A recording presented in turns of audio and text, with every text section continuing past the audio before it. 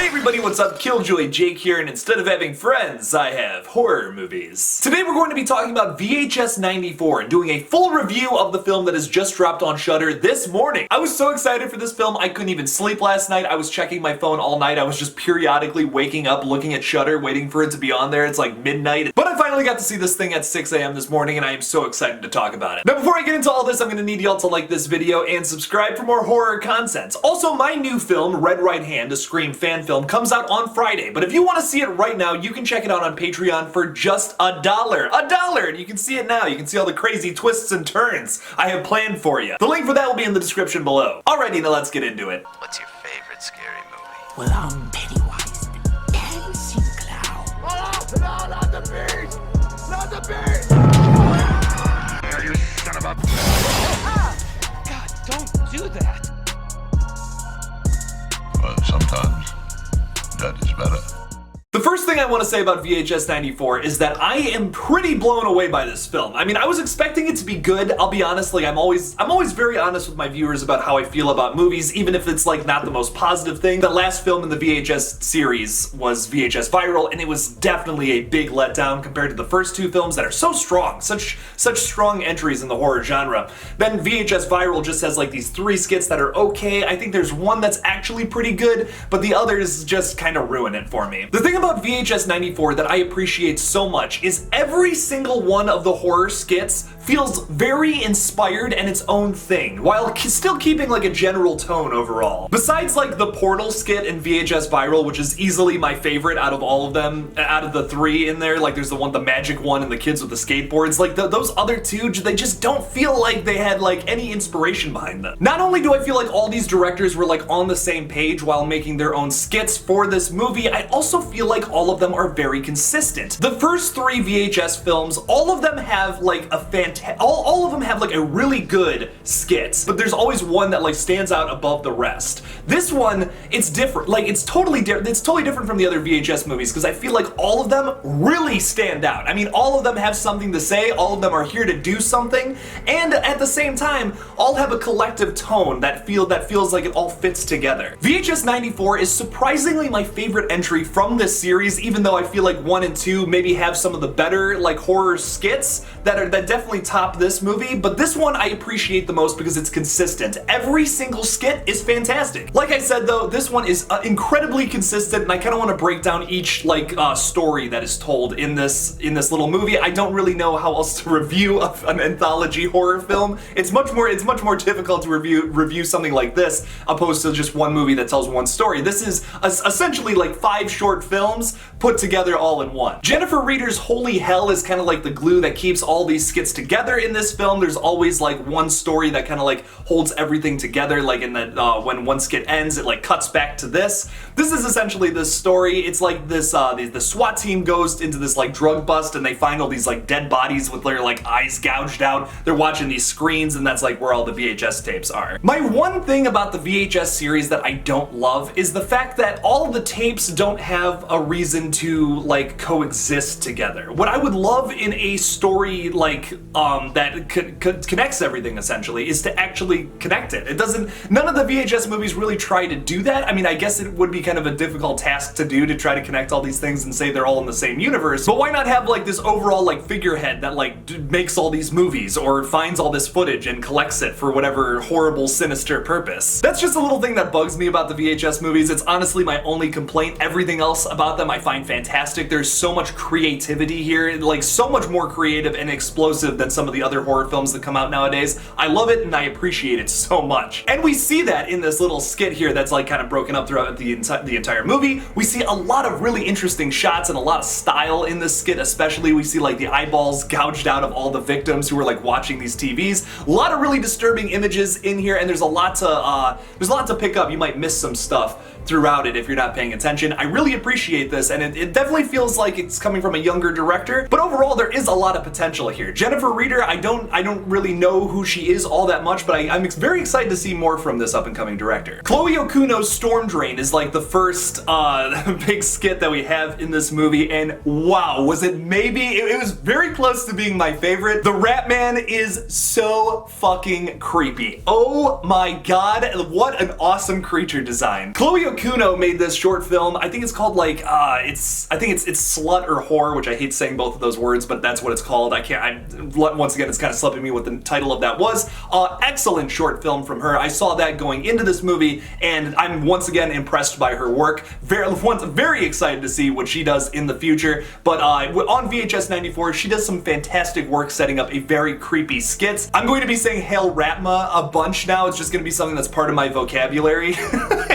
I greatly appreciate this movie for doing that. I think there's like that ending scene especially. It's almost kind of funny. Like it's so I love when things are darkly funny. Like when you have something like incredibly fucked up, like the first like 80% of the skit, and then the last like 20% of it almost goes into full-blown horror comedy. I love that. Oh my god, it's so funny when she spits that acid in the dude's face. And then she just keeps reporting on the news. I was like losing it, man. That is the funniest fucking setup to a joke ever. Like to have all that shit happen and then for her to just go on the news and have like a total breakdown and like spit acid in the dude's face. Oh my god, awesome. Just fucking fantastic. Great use of practical effects all around in this skit, by the way. I was thoroughly impressed by this one. Hail Ratma! Simon Barrett, who is a veteran in this series, did The Empty Wake, which is also a really interesting one. It's much more psychological horror than anything. I remember when I saw the trailer for VHS 94, I saw scenes from specifically this skit, and I was thinking the whole time, I'm like, oh, it's definitely zombies. It definitely takes a much more Frankenstein route, I would say, which I think is really interesting. I was really surprised by this one because I definitely thought it was going to take a totally different route, ended up going a whole different way. Very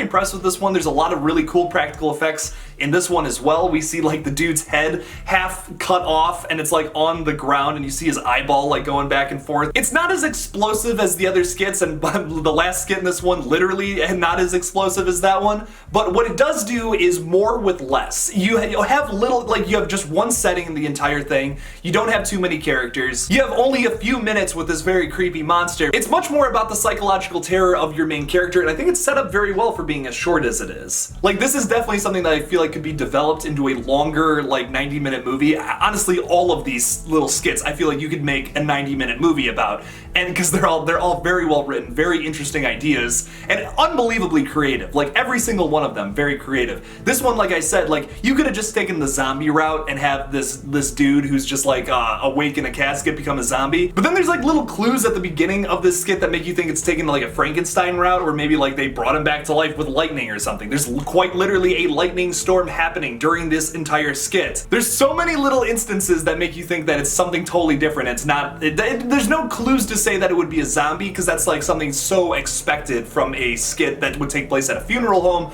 with a body coming back to life. But it kind of takes a different route. I appreciate that. I think it's very creative and different from what I would expect. Simon Barrett once again does a fantastic job with this skit. Timo Giajanto, who I think I'm pronouncing his last name correctly, does the subject in this one. And this is probably my favorite skit of the entire thing. Gives me some major Silent Hill vibes, if like Silent Hill focused on like cyborg creatures instead of whatever the fuck is going on in Silent Hill. I love the cyborg creature designs in this skit. So creepy looking, so messed up, and I love the ending. It's very similar to Ex Machina, how they end this thing. I love that she just kind of like walks off on that like separate cam. That's just the last shot of this. That is so interesting to me. Like I want to know more about what happens after this skit. The same thing with Ex Machina, if you've ever seen that movie. I'm totally spoiling it for you right now, but like, yeah, she gets away and it's like, wow, I want to know more what happens after this. Oh my god, like I want a sequel so bad, but like obviously they're never gonna make a sequel to Ex Machina or this one skit from VHS 94. This is probably the bloodiest skit besides the last one that is like quite literally people exploding into blood and flesh,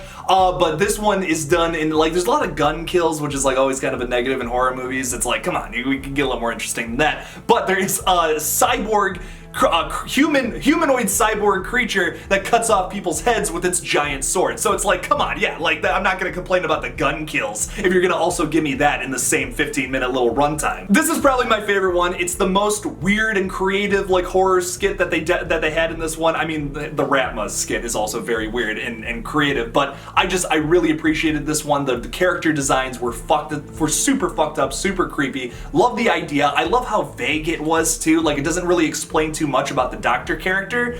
Like you kind of know that he's like this like genius scientist. You hear that over the broadcast or whatever that like does all this like prosthetic work and stuff. You get like little bits and pieces throughout. You kind of got to figure it out. I love that. All these skits do a really good job of like it's a mystery. It starts off as a mystery and you get little pieces of the puzzle, but you never quite figure it out. And that's what I love about all of these skits. Like it's always it turns into a much more interesting mystery by the end of the film instead of just giving you all the answers. This one does that very well. You start off having so many questions, seeing that first scene with like the head with the little spider arms coming out of it. You're like, what the hell is going on here? By the end of this skit, you have so many more questions that need to be answered. You're like, I want to know what happens to this girl. Does she go back home? Like, does she just walk into the woods and survive off of the land? Very interesting skit. Probably one of my favorites of the entire movie. I was really impressed by this one. The images, the character designs, fantastic. And last but not least is Ryan Prowse The Terror, which is very interesting and surprisingly a touch political. This one I had no idea what was going on at the beginning. This is the one I was the most baffled by when you kind of like get a little more of the puzzle pieces like I was talking about earlier. It starts off with like this radical militia group and they're like killing this guy. They kill him like multiple times. It's just like, what is going on? Who is this guy? They have this crazy plan to blow up a building and stuff. They're like a terror group. And you get the vibe that they're total assholes, which is like the political spin on it, which I'm not gonna say who they're making fun of, but I think you can get it if you've seen this movie and you know what's going on in the world. This one took me by surprise. Like you kind of don't know like what the dude is. Like they're pouring his blood into this canister. You're like, what are they doing? They inject it in a rabbit and the rabbit blows up when the sun comes out. I mean, like, yeah, like in retrospect, it's like, oh, it's obviously a vampire. But like, honest to God, I didn't realize that until someone said that. They're like, you're covered in vampire blood. And then he walks outside and he explodes. That's like kind of a new take on vampires, if you think about it. I don't remember ever seeing something where it was like their blood getting on you would make you have all the symptoms that a vampire would have. Like not being able to go in the sunlight, not being able to have garlic on you. This skit kind of takes like the vampire urban legend and like twists it a little bit, which I really appreciate. I love when films do that, when they kind of like take something that's already been done and like twist it in their own way. I really like the idea that if you get covered in a vampire's blood and you step out into the sun, you just explode. Like it's not just like bursting into flames or like your skin starts melting like in some past vampire movies, like Underworld, for example. If they step out into the sun, they start like glistening and all that shit. No, this, you fucking explode, which is great. Some of the scenes in this was so fucked up, so messed up, especially that ending when you get the full creature, like what he actually looks like. I don't know why he didn't just go full vampire mode when like earlier on in the film. Maybe they were like giving him some kind of like suppressants or something, some drugs to keep him like docile. I'm not sure what was going on there, but like I said, it's a bigger mystery by the end of the skits. The scariest situation you can put your audience in is the unknown. In the total dark, pitch black. If they have no idea what's going on, they're going to be terrified. But giving your audience little bits and pieces of the puzzle, like very just obvious stuff that like just gets confirmed, makes it so much more interesting. It's why I love found footage as a genre. It doesn't give you the full picture, but you get like just a taste of what it could be. And that's so mysterious to me. That's why I love some of the Paranormal Activity movies. Like a lot of them just paint this like very vague picture and you kind of know what's going on, but not really, and that just makes it so much scarier in my opinion. VHS 94 was done very well, and honestly I think it holds my top spot in this entire series. It's consistent the whole way through. Every skit feels inspired and interesting and different from the rest while also keeping this overall tone of like this like punk rock horror feel. I just love that this series showcases these up and coming directors and like just shows us all the potential that these people can have, just giving them full creative reign over whatever they're doing.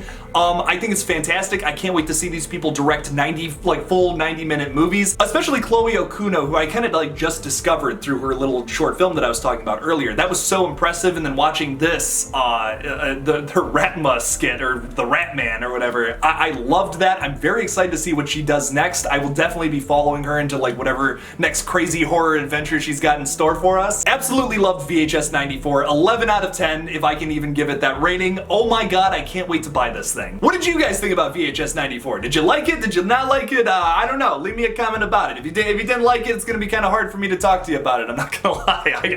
I love this thing so much. I'm wearing rose-colored glasses when it comes to VHS 94 right now. Thank you all so much for watching my little spoiler review video of VHS 94. Don't forget to like this video and subscribe for more horror content. Please consider supporting me on Patreon as well. You can watch my fan film Red Right Hand right now if you just check that out for $1 a month. The link for that will be in the description below. Thank you all again for watching, and as always, don't forget to kill it out there, y'all.